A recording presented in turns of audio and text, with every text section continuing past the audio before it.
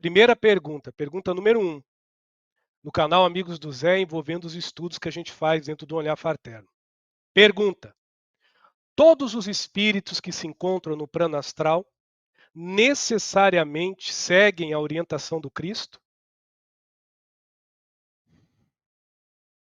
E qual é de fato a diferença entre o Cristo e Jesus? Ai, ai, até vou me endireitar na cadeira aqui. Meu amigo que fez essa pergunta, a gente acho que já respondeu essa pergunta muitas vezes aqui, dentro do nosso alcanhado conhecimento. Eu quero deixar registrado uma coisa, por mais que hoje não terá manifestos, o Edson é espiritualista. Por caridade, eu frequento algumas casas espíritas aqui em Salvador, vou em algumas casas espíritas aqui do Brasil quando viajo, mas eu não sou espírita. Mas respeito muito a doutrina dos espíritos. Eu trabalho com a espiritualidade desde os 3 anos e 8 meses, quando começou o despertar da minha sensibilidade mediúnica.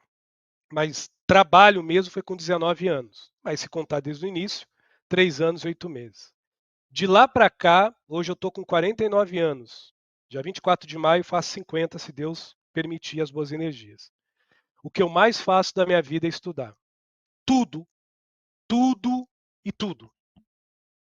Da filosofia, a arte, a teologia, tudo que possa agregar para mim me melhorar como homem.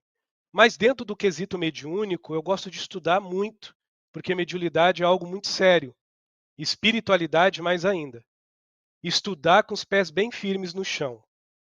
Não sou melhor do que ninguém, sou um médium falho. Em todas as lives que eu falo, eu sempre digo odeio, não gosto, detesto. Puxa saco, não gosto de gente ficar, sabe, me idolatrando, coisa assim. E até não entendo por que eu não sou Deus, sou um ser humano comum, transpiro, se não tomar banho eu vou feder, vou cheirar mal, faço xixi, faço cocô. Porém, tenho uma sensibilidade. Isso não me torna em nada melhor do que ninguém.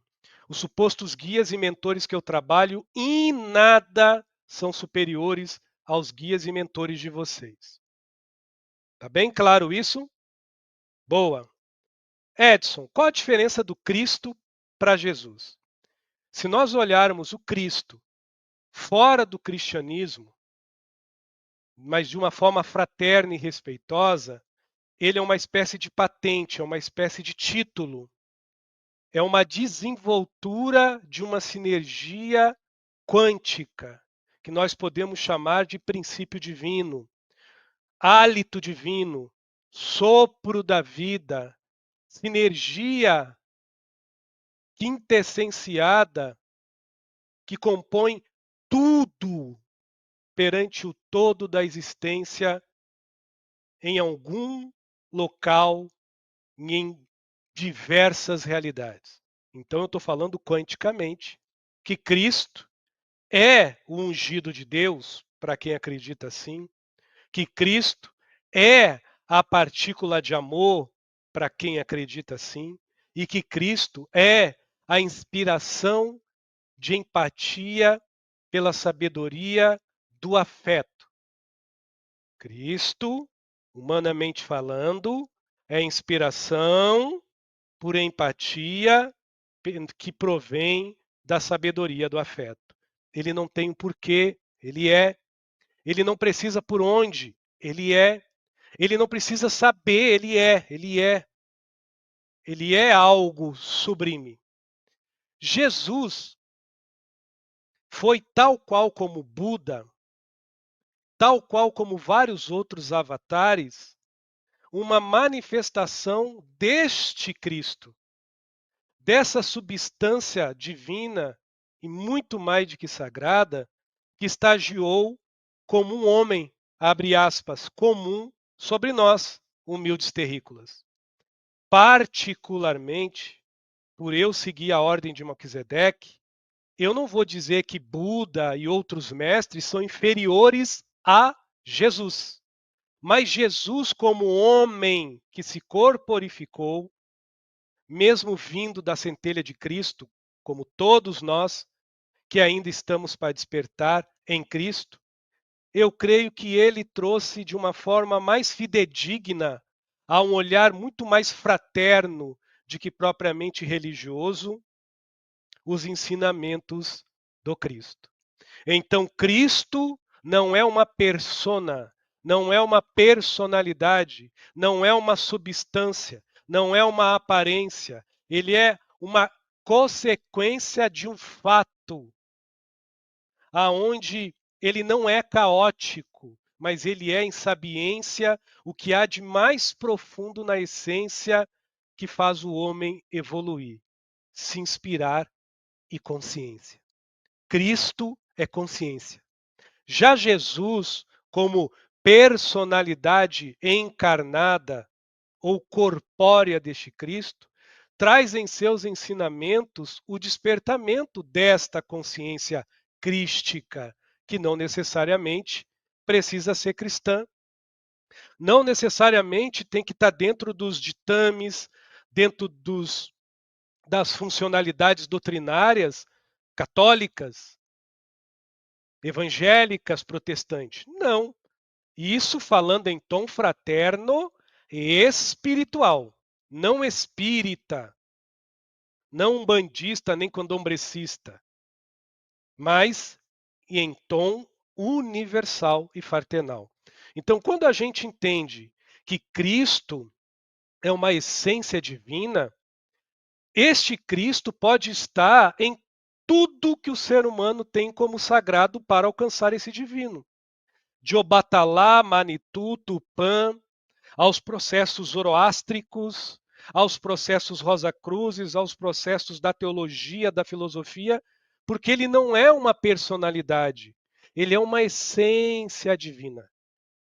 Já Cristo, personificado em Jesus, pelo crédulo do homem, pela fé dos homens, já fica mais restrito ao cristianismo, ao catolicismo, ao protestantismo, aos processos dos mormons ou de outras religiões extremamente respeitadas por mim e extremamente necessárias para quem tem fé nas mesmas.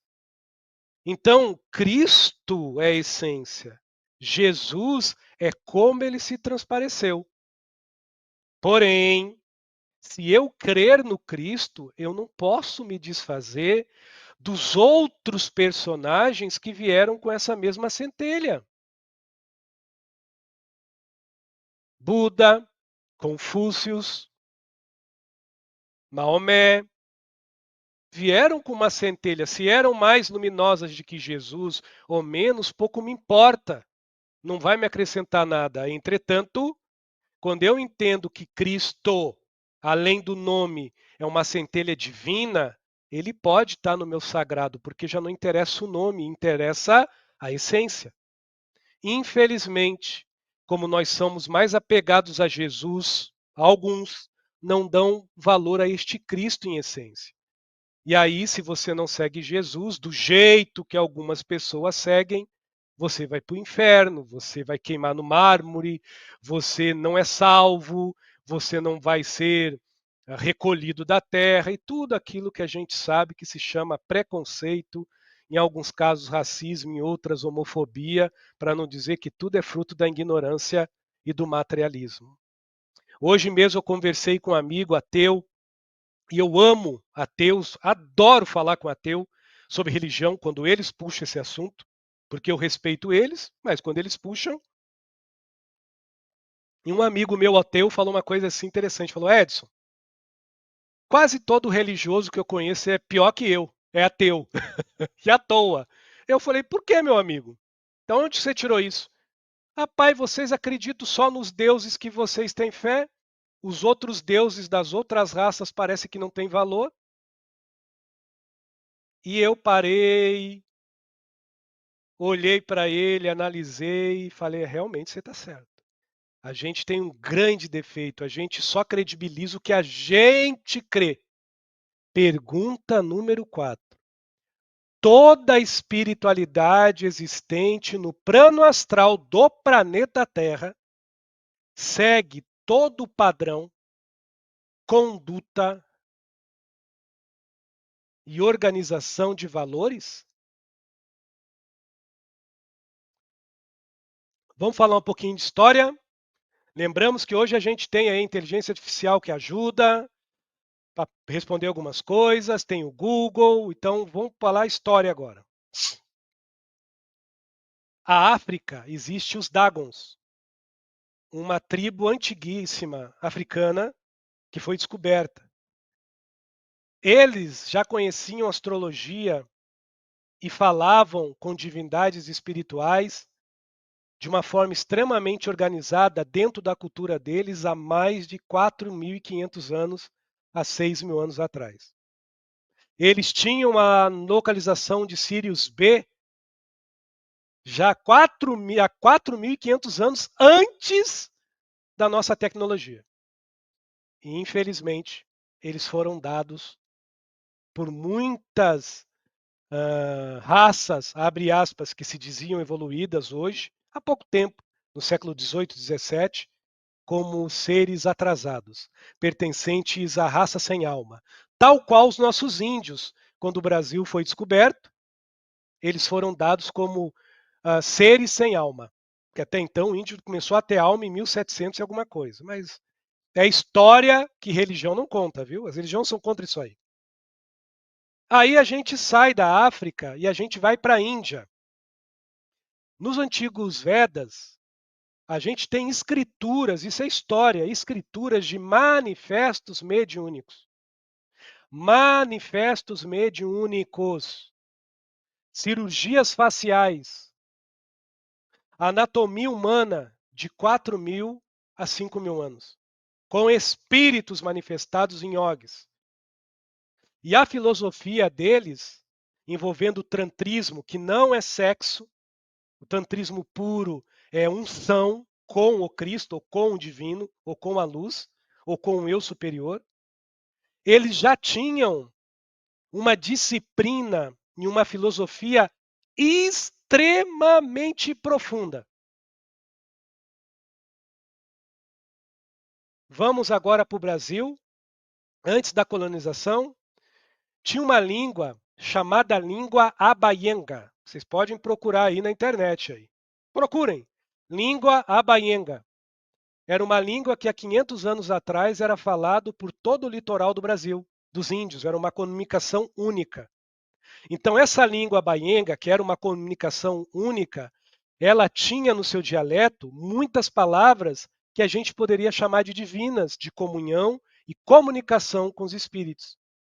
Já havia manifestos em muitas pinturas lá em Piauí, em Maceió, no sertão brasileiro, a gente vê muitas pinturas onde a gente vê a invocação de espíritos. Então, no mínimo, há uns 2.000 anos, há quase 3, já havia manifestos de espíritos em tribos de índios no Brasil, antes do descobrimento. Porém, com todo o respeito que eu vou falar, não é preconceito, é história. Os 5 livros da codificação têm quantos anos? 250? 300 anos? 250 anos, vai que seja. Com todo o respeito. A gente pega os livros da codificação, provindos por bons espíritos, trazido pela boa vontade de Allan Kardec e lê. Aqui na minha casa, 90% dos livros, 95% são espíritas. Eu tenho todos os livros de Allan Kardec e até algumas revistas em PDF. Então eu sigo a doutrina trazida pelos espíritos. Mas eu não posso dizer. Seria uma incoerência eu dizer que a doutrina espírita trouxe alguma revelação. Qual revelação ela trouxe? Se desde os Dagons, se desde a antiga Índia, se o povo Tupinambá, Tupi-Guarani, sem falar nos mongóis, sem falar no povo antigo egípcio, sem falar nos caldeuses, sem falar nos druidas, sem falar dos astecas, dos toltecas, dos maias, sem falar na cultura viking, mesmo que sanguinária, mas também tinha manifestos de uma certa doutrina. Quem é que está certo, quem é que está errado? A doutrina espírita traz uma revelação minha melhor porque ela veio de uma raiz europeia, de brancos com os olhos azuis? Eu creio que não. Eu não estou sendo racista, viu? Estou sendo sincero.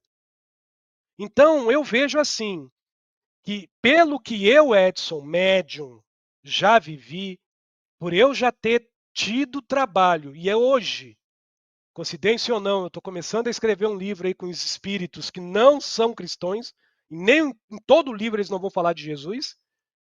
Eu posso garantir que tem espíritos maravilhosos, de ordens incríveis no plano espiritual, que eles não precisam rezar nem falar louvado seja o nome de Jesus, não precisam nem falar em Cristo, mas se você olhar os ensinamentos que eles trazem, é a mesma coisa de que Jesus falou.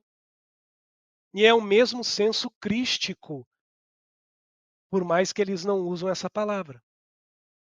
Mas eu repito, para alguém bitolado dentro da sua religião e da sua espiritualidade, isso não entra de jeito nenhum. Então, para quem fez essa pergunta, pela minha experiência, nem todos os espíritos são de Umbanda, nem do Candomblé, como nem todo espírito que se diz morto é espírita. Então, existe várias ordens, sim, que eu entendo que leva para o mesmo fim, que é sempre um começo. Cristo em nós.